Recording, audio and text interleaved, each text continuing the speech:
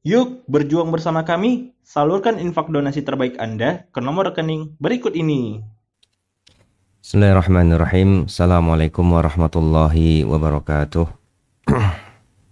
Alhamdulillah, wassalatu wassalam ala rasulillah wa ala alihi wa man walah wa la hawla wa la quwwata illa billah amma ba'd.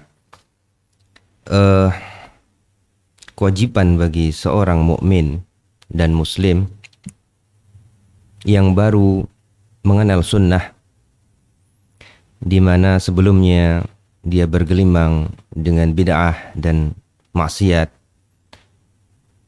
dan juga perbuatan-perbuatan yang tidak pantas di dalam agama, maka kewajiban yang pertama kali baginya adalah mempelajari adab dan akhlak. Lalu berikutnya adalah tauhid. Lalu berikutnya adalah masalah manhajiyah dan muamalah. Kenapa kita di sini mengatakan bahwasanya yang pertama adalah adab dan akhlak? Maka ketahuilah bahwasanya Nabi kita Muhammad sallallahu alaihi wasallam bersabda, "Innama bu'istu liutammima makarimal akhlak."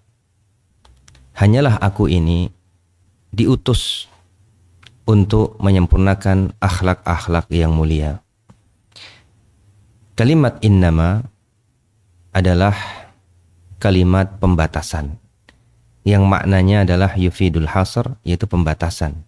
Tidak ada aku diutus oleh Allah Subhanahu wa taala kecuali untuk menyempurnakan akhlak-akhlak yang mulia. Kalaulah kita tanya, mengapa bisa seperti itu sedangkan Allah Subhanahu wa taala berfirman, "Wa ma khalaqtul jinna wal insa illa liya'budun." Tidaklah aku diutus, tidaklah aku menciptakan jin dan manusia kecuali untuk menyembahku, yaitu mentauhidkanku. Sedangkan di sini Nabi SAW mengatakan kecuali untuk menyempurnakan akhlak-akhlak yang mulia. Maka jawabannya, bahwasanya dua nas ini, hadis dan Quran ini, tidaklah bertentangan sama sekali. Karena akhlak yang mulia itu meliputi akhlak kepada Allah Subhanahu wa taala dan juga akhlak kepada makhluk, bahkan kepada binatang dan semuanya. Sehingga akhlak yang tertinggi adalah akhlak kepada Allah Subhanahu wa taala, itu mentauhidkan Allah dan tidak melakukan kesyirikan padanya. Fa ayyuhal ikhwah, di sini kita akan menjelaskan sedikit tentang urgensi akhlak yang mulia ini. Bahwasanya kita hidup di dunia ini adalah tidak lama. Sebagaimana sabda Nabi SAW, "A'maru ummati baina sittina wa sab'in." Bahwasanya umur umatku ini antara 60 dan 70 tahun. Wa aqalla man tajawazu dzalik, dan sedikit sekali yang melewati 70. Sehingga kita seharusnya menggunakan waktu ini dengan sebaik mungkin untuk mendapatkan pahala yang terbesar. Karena mungkin amalan-amalan kita itu tidak hanya amalan yang baik tentunya. Ada di sana kesalahan dan dosa yang dimana nanti di akhirat akan ditimbang mana yang terberat antara yang baik dan yang buruk. Maka Nabi SAW bersabda, perhatikanlah, bahwasanya beliau mengatakan, "Ma min syai'in." Tidak ada sesuatu pun asqalu fil mizan min husnil khuluq. Atau kama qala Rasulullah SAW. Tidak ada sesuatu yang paling berat ditimbang berupa kebaikan di akhirat nanti daripada husnul khuluq, akhlak yang mulia. Masya Allah. Sehingga di sini mungkin kita tidak bisa mengamalkan seluruh amalan-amalan yang diajarkan oleh Nabi SAW. Banyak sekali.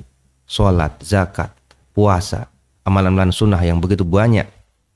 Akan tapi seorang muslim yang cerdas harus mengetahui amalan-amalan yang paling berat timbangannya. Di sini Nabi mengatakan apa?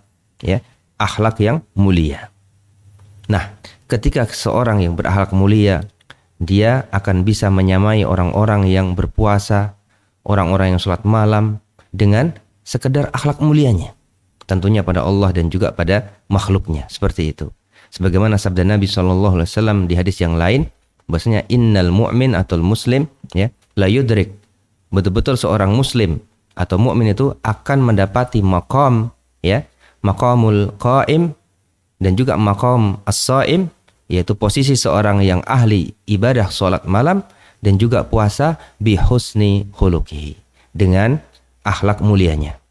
Maksudnya, ketika seorang yang berakhlak mulia, dia mungkin tidak begitu rajin salat malam, mungkin dia tidak juga kuat untuk terus berpuasa sunnah, akan tapi dengan akhlak mulianya, dengan kata-katanya yang halus dan tidak berkata-kata keji dengan sesamanya, apalagi pada Allah Subhanahu wa taala, maka dia akan bisa menyamai derajat orang ahli salat dan juga ahli puasa. Dan juga itu merupakan kesempurnaan seorang mukmin. Sebagaimana sabda Nabi SAW, akmalul mu'minina imanan, seorang mukmin yang paling sempurna imannya, ahsanuhum khuluqa, yang paling baik akhlaknya. Dan juga ini merupakan perintah Nabi SAW bagi para duat, itu para da'i ilallah.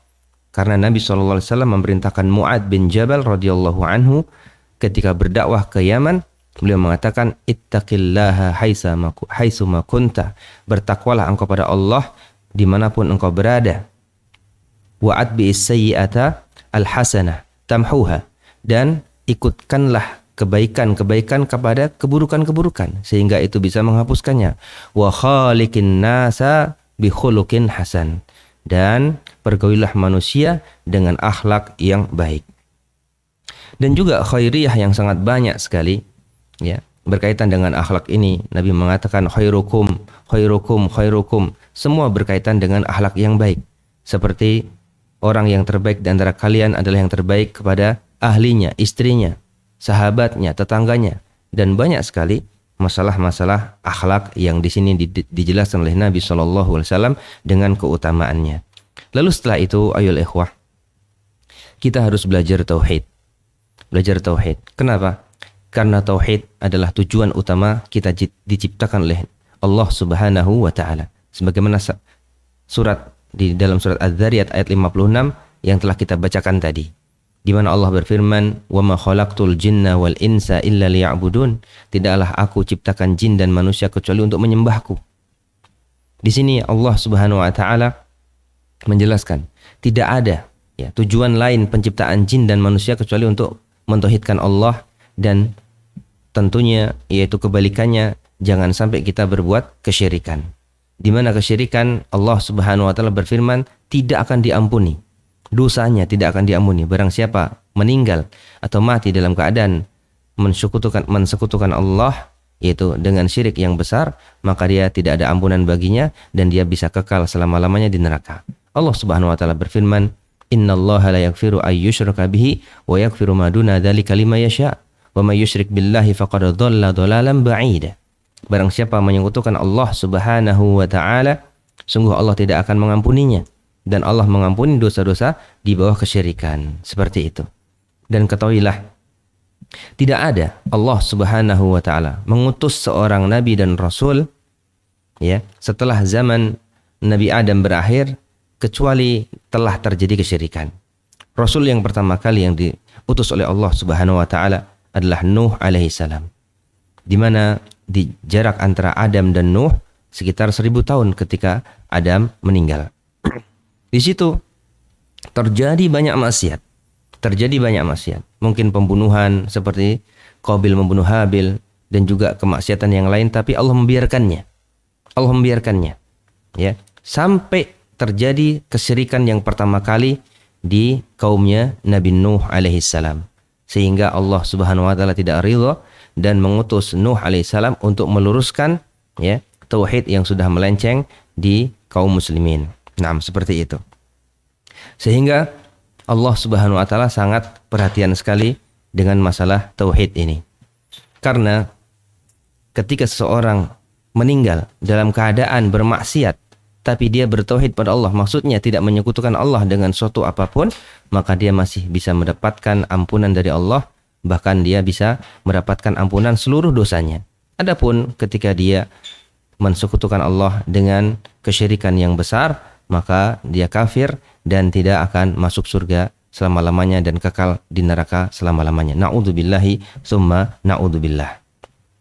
Maka oleh karena itu banyak para ulama mensyarah kitab tentang tauhid ya yang ditulis oleh Syekh Muhammad bin Abdul Wahab dan juga syarah kitab-kitab yang berkaitan dengan akidah. Nah, berikutnya ketika kita sudah paham tentang adab dan akhlak dan juga urgensi dari tauhid, maka kita yang ketiga belajar tentang masalah manhajiyah.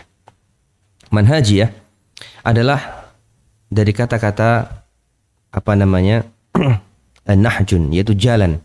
Maksudnya adalah thariqah, yaitu thariqah dalam beragama, metode dalam beragama. Kita ayolah ikhwah, di dalam agama ini banyak sekali penyimpangan-penyimpangan.